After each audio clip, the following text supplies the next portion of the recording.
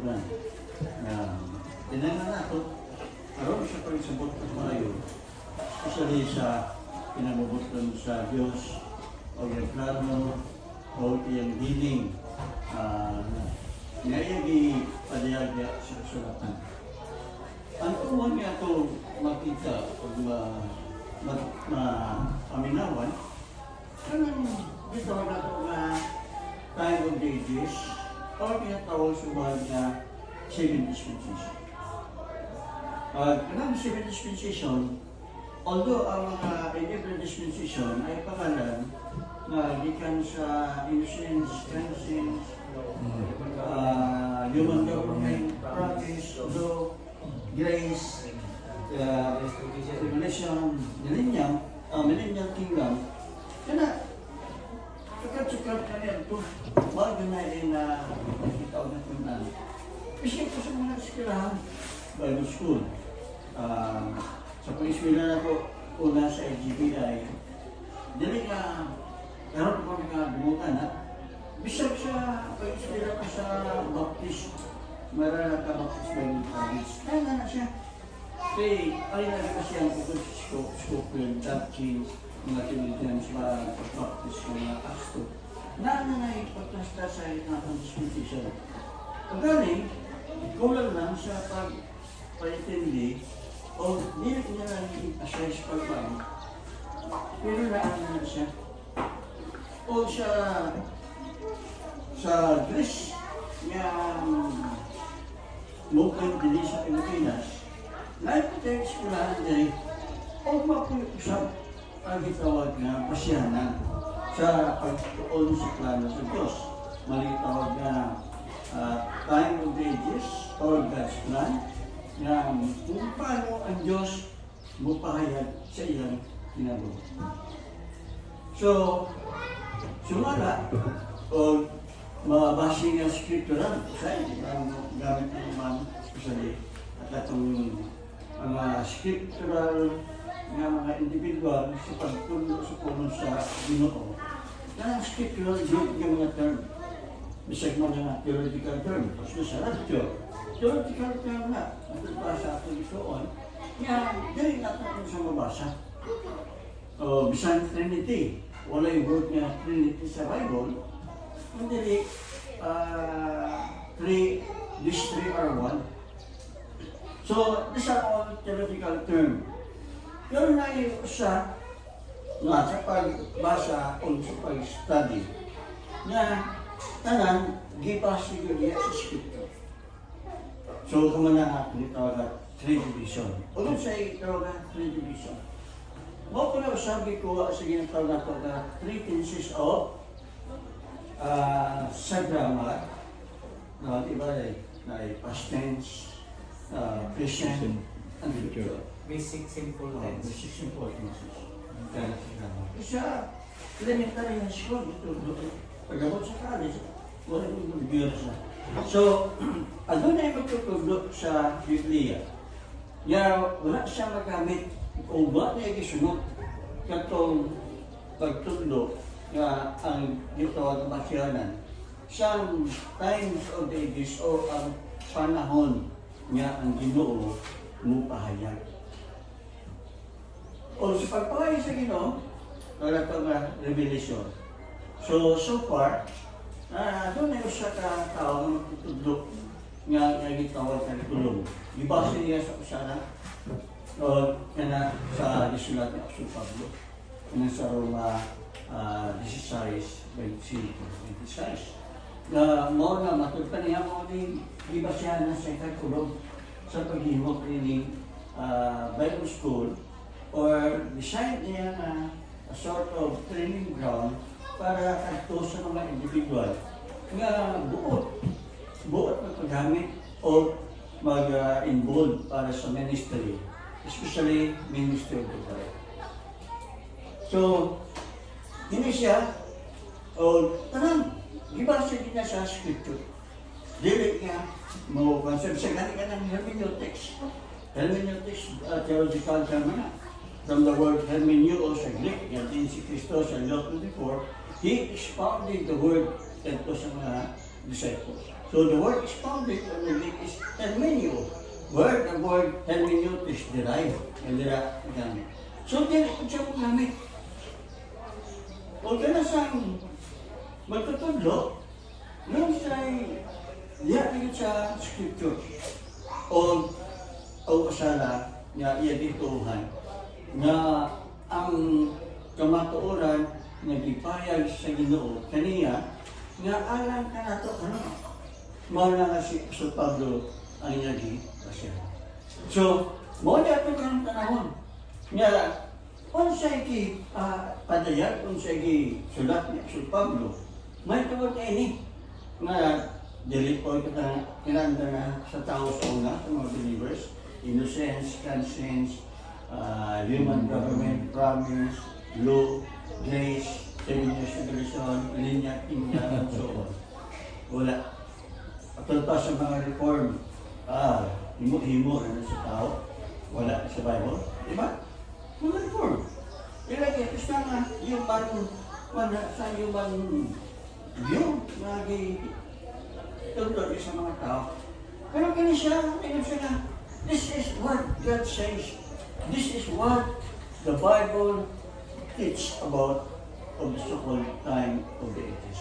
So, ato din makita sa Sinultan Apostol Pablo sa Ephesians Kapitulo 2. Ephesians chapter 2. Dili niya pahayag o dili niya kibasi ang pagbahin-bahin sa kasulatan niya yung sa una, karon o sa umalabot. O kana gigamit niya ang scriptural term nga iyagi basta diri sa Apostol. Una, Ephesians chapter 2, verse 11. Pag-ingat niya din nagto sa mga tumulo sa Ephesus.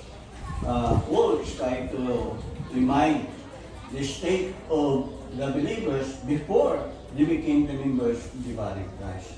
That's why yun niya, wherefore, remember that ye being in time past. So, una, being in time past, Gentiles in the flesh who are called uncircumcision by that which is called the circumcision in the flesh made by hands. So, ang term time past. So, kita natin yung word na past. No? Past tense, present tense, future tense. So, sa time, ingat na period nga ang time yan yung mga tao in time past. So, kung pasabot, na ay mga hitabo, na ay mga instruction, na ay mga promises, na ay mga practices, na ay mga kamaturan, nag-i-impose kagad ito o sa estado sa mga tao, gawas sa katawan sa Israel. Nga mo na ito ang mga kita. So, wala na si Pablo, nagamit yung term time pass. Pwede siya mag-fit siya sa itong panahon na. Itong panahon na. May kami innocence, conscience, human government, promise, mag-fit na siya, masunod na diha sa usalan ka term time pass. So, yagi, o yung kadawa, din sa verse 13. Palingon, but now, which is implies about the present situation, present state, or present things. Karon, panahon na. So, ba yung na, nga atong panahon karon, panahon sa grasya. So, karon, pag inyo ni Paul sa Ephesians chapter 3, verse 3, pag-inyo nila, if you have heard the dispensation of the grace of God, which was committed unto me. So, now, but now, mo sa ang tudlo niya ni ini, niya karong panahon na. So, yung kita na time of the ages, na ang plano sa Diyos ay instruction, ang dealing, ang promise, o sa paniha ng mga importante ng mga Nga iya gitulog o gi-impose ka na to. Kanya to. Masit na kung sa kay specific example. Ini din sa 1 Timothy chapter 4. Nagiingon ni Tinini sa Pablo. Nga sa din sa 1 Timothy chapter 4, nagtudlo siya, may tungod sa ginatawag na ito nga apostasy of the church. Although, dili ko mo agree sa apostasy of the church. Yan yung pagkata-church, although ang church nag-iingon din o mabasa kita sa church history, ang ilagin na media a church is not the church of the body of Christ. Natalain. So, labi na sa trail of the blood, sa baptist, ang ilagin tawag na church diya sa Pentecost. In Acts chapter 2. So, lahi siya o layo diya sa gitudlo diya po sa Pablo, na church in Ephesians. So, dini, doon ako dahil dini, nga ang gilipan ni Paul diri sa verse 3, paginggan niya na, forbidding to marry and commanding to abstain from meats which God hath created to be received with thanksgiving of them that believe and know the truth. For every creature of God is good and nothing to be refused if it be received with thanksgiving. So, usa sa mga gitawag nga causes sa apostasy, nga doon ay gitawag seducing spirit o kining gitawag na doctrines of devils. Nga mooy mo encourage mo dani sa mga tumulo kanadto yung mo talikod sa pagtuo. Kaya ang pagtuo nga gingon din ni Apostol Pablo, nga paingon nga depart from the faith. Wordly, the faith with definite article D. That's why a word of faith o na ay sa gitawag na dili mo natin natin na prefix na article o D that is definite. The faith which all meant nga katong mga pagtulunan, katong mga instruction, katong mga destiny, blessings, state, standing sa mga tumulo, diyak kang Kristo, niining panahon karon nga iyagi ingon nga set of that faith nga ang uban magatalikod. O usa dinhi nga akong makita nga usa sa mga gitudlo nga pagtulunan o doktrina sa yawa, kini gitawag pagdumili sa pagkaon. So kung atong tanawon, in the Old Testament, it was been prohibited ngadto sa mga katawan sa Israel sa pagkaon ini. Kaya naman, mga unclean din sila. Look sa Acts chapter 10, verse 15. Mohon isa sa mga reason ni Peter, why Peter was hesitant to go to Cornelius. Kasi Cornelius siya ka-Gentiles. Diba, pagkabot sa Acts 15, sa Jerusalem Council, nag-isgold itong mga apostoles. Nga ang 12 dari sa Israel, while si Paul ikauban dito sa Gentiles. But before that, naanandaan silang kitawag na ito na concept. Nga, dili sila maadto sa mga hintil. Mula nga sa si Cornelio, si Peter, gisugo ni Kristo nga maadto kang Cornelius. That's why hesitant siya. So, pagkabot niya, si Pedro, di pa kinapakitaan sa ito na itong vision. Nga tanang sahit sa mananap na adihat o ipakita ang Pedro. Ngayon, gisugo si Pedro. Ngayon, sa Ginoo, patya, kuha patya, tag-una. Ano siya'y tubag ni Pedro? Yun na dito sa verse 15, in Acts chapter 10. Ayun na. Basta na ito, gikan sa verse 12.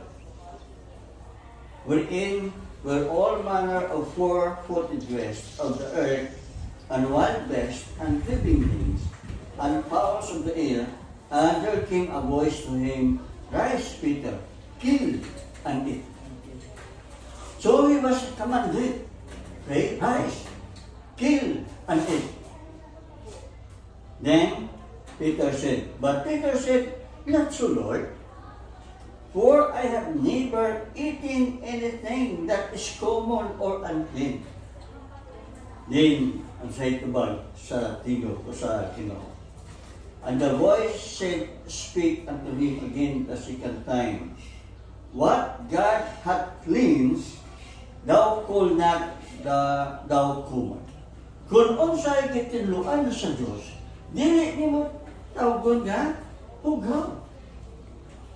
Kay mauna ang namata ni Pedro nga even in the Old Testament times nga mauna ang pagkasisangkod sa panahon na nga si Kristo niya ang nadiri sa yuta.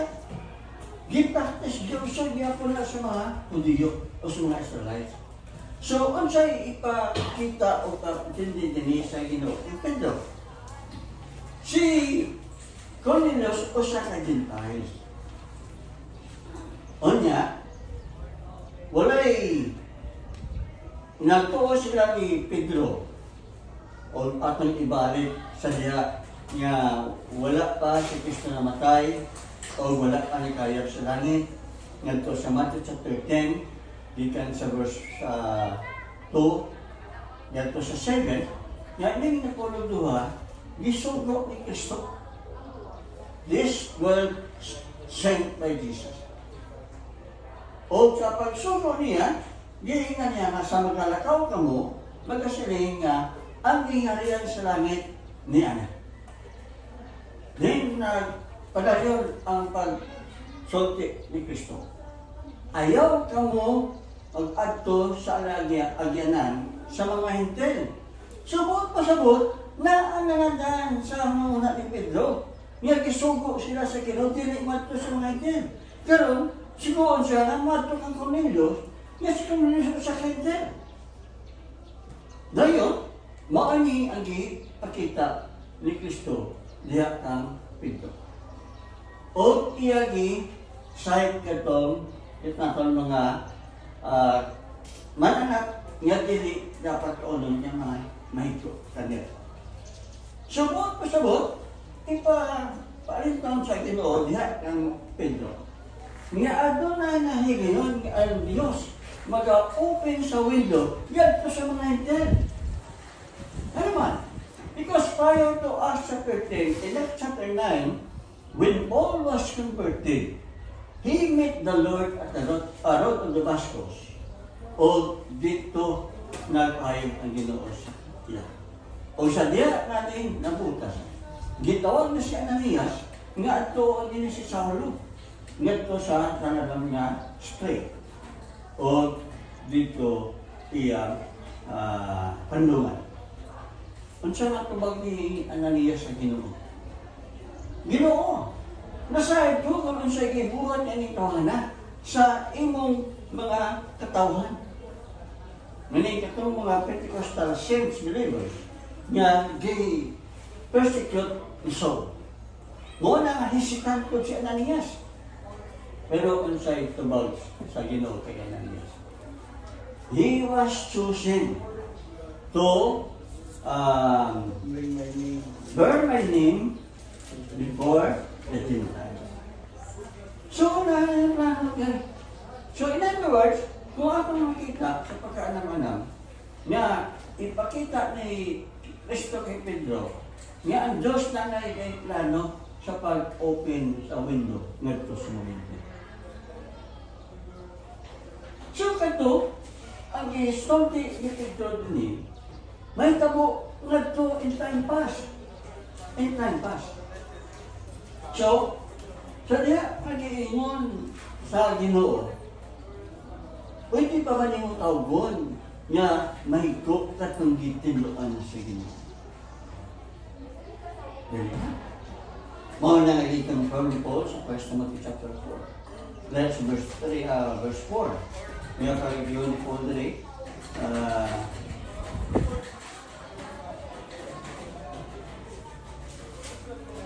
Dali nga akong Bible. So verse 4. For every creature of God is good, and nothing to be refused if it be received with thanksgiving. For it is sanctified by the word of God and prayer. So in other words, this is a confirmation by the Apostle Paul. Nga katong pag dumili sa pagkaon, yato sa mga mananap nga mahugaw, karon pwede na magkaon ng kinuha. So, mo nang atong sagutin na usa sa mga tactic ni Satan. Gamiton niya ang pulog, ang instruction, in time past. Kaya sa unang mga panahon, niya gihatag niya na instruction niya do sa mga katawan o i-impose niya nga dili na pwede. Kaya, tingnan sa Panginoon, pwede. So, mo na ang ito na ang doctrine of devils. Nga, Satan using the word of God. Dili pa sa pagtinta ni Satanas si Kristo, nagamit siya sa pulong sa Diyos. Na, katulad dito sa pinakul si Kristo, may ingon si Satanas, mag-jump? Mumaka. Kay thousands of angels masalot niyo. O dikot na ni Satan sa Psalms 91. Wala na si Satan verse sa Bible. Wala, kung ang isa ka tao, dili verse sa Bible, lupin siya ni Satanas. Imagine na naman verse. So, nga ko nag-drive din eh. Nga, Panginoon ni sa Pablo din sa Ephesians chapter 2, verse 11, that in time past, including Gentiles, ayun nga, you were Gentiles in the flesh. Kamu mga Gentile sa unod. O gani, i-adresyan niya kato mga tumulo dito sa Ephesus. Yan, ini mga tumulo dito sa Ephesus na yung membro sa lawas ni Kristo. The body of Christ, the church. Nga, mooy si Pablo, maikihimo nga dispenser. Nasa'y gitawagan nga architect. Nga, ang blueprint, gihatag ng Pablo, may tungod ng plano sa Diyos. Nga, kanina ito, in time past, mauna ang pasaway. O ikatawa, yun na rin nga, but now. So, but now, nag-good kini siya sa estado sa mga hintil. Nasa pagkakaroon, nanang division between Jews and Gentiles. Sa pagkakaroon, naman, sabi ko niya, but now, in Christ Jesus, ye who sometimes were far off, are made nigh by the blood of Christ. For He is our peace, who hath made both one, and hath broken down the middle wall of partition between us, having abolished in His flesh the enmity, even the law of commandments containing in ordinances, for to make it Himself of twin one human. So, twin one human, or human. Sumot, kining twin, nag-refer kini sa mga both a group of people, Gentiles and Jews. Israel. Out of this two group of people, God created a human. Kung kining human, dahil kinasang human, nga human nature ang bagong tao sa mga believers. But this is referring to the body of Christ, the church of the mystery, na gitawag niya rin human. So, mawala karon, hindi nga, but now, yun nga, itanan, nga nagpatunga between Gentiles and the Jews, kini the wall. Ngayon nga, ganyan din sa verse 14. At broken down the middle wall of partition between us, which is the law. Mula pag-abot sa verse 15, having abolished in his flesh the enmity, even the law of commandments contained in ordinances, for to make himself one human. So this is now our time, our period, the present time, but now, meaning the Gentiles is no longer called as Gentiles. Nga naman, tungod kanila ito, gitawag sila mga uncircumcision or uncircumcised. By that, it's called the circumcision. Eh, ano man, ang circumcision was a token of God's covenant with the people of Israel, especially kay Abraham. Mao na ang tanan ng mga Israelite o tanan ng mga kaliwat ni Abraham, is-circumcised sila. Pagka-tao sa kusaka anak ng lalaki, is-circumcised siya pagkabot sa 14 days. It would remind the descendants of Abraham that God had covenant with Abraham and with his people through circumcision. Ito ay doon na ito kinukuminat yung gibuhat ng Diyos sa Israel. Sa panahon ni Moses, moto ito na ito nga Sabat. Nga is a token of God's covenant with the people of Israel through Moses. Muna nga kay Abraham circumcision, kang Moses, muna ito na itong Sabat. Muna nga Sabat keeping, but ayan ito niya na. So at the same time, kaya pareha na circumcision. So, kato siya, mo ini ang gitaw na ito nga hentang sa mga Gentiles. Kaya ito. O gitaw pa din, nagpadayon siya. Aliens from the Commonwealth of Israel without Christ. Being aliens from the Commonwealth of Israel and strangers from the covenants of promise, having no hope and without God in the world. So, that was the state of the Gentiles before the program of the mystery of the body, wherein Christ created both between these two groups of people, Gentiles and Jews. But now, it's no longer Gentiles or Jews, but Gentiles. There's a difference between the Jews and the Gentiles. Although it was pronounced in the book of Romans that both Jews and Gentiles are no different in the sense of sinning. That before God, both Jews and Gentiles committed sin because for all have sinned. But in this specific description, ikihatag ni Apostol Pablo, may tawag kini sa mga importante nga mga bagay nga ikihatag sa Diyos, ganito sa mga Hudiyo, sa mga Israelite. Nga din ang Gentiles, walay tanag-tanag, walay labot. Ito ang dadiganin niya na without God in the world, without Christ. But now, yun na. So, wala na, may ito na scriptural nga pagbahin-bahin sa panahon nga kaya ito, karon o ang usa, muna sa Ephesians 2:7. Pag-ingon niya ni Paul, sa verses na yun siya, and have raised us up together and made us sit together in heavenly places in Christ Jesus, that in the ages to come, He might show the exceeding riches of His grace in His kindness toward us through Christ Jesus.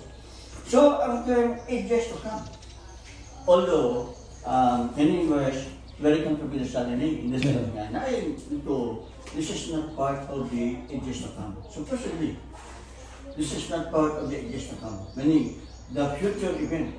Dili isabi ito. Pero ang term lang, ako nakita, na wider than just this, because of the term ages to come, which speaks about the future. Future event. Nagtawag niya na. So, ang mga event na may tabo after sa gitnaton, the age of grace or but now period, then ages to come will follow. Mo ni gitnaton ng future. Any event nga wala pa may tabo karon, may tabo niya na o Pasaratio, Pasingang Coming, Senior's Revelation, Millennial Kingdom, Revelation. Sila speaks of the future. That's why they belongs to the so-called ages to come. So, ato makita, very concise lang ang gamit na ni. O simple na. Di na 7 period of time. Kundi tulo lang. Time pass, but now, and the ages to come. Nga na siya, nakumpleto na ang tanan nga programa, lalo sa Diyos, o iyang revelation niya din sa atong ito lang ito, no? Nga ito na ito, 3 period of time or division. Time passed, but now, and the ages to come. Ano ba stand now? In that present time, the but now period. Time. Balik. Question mga student. Oh, Vision. George. Oh.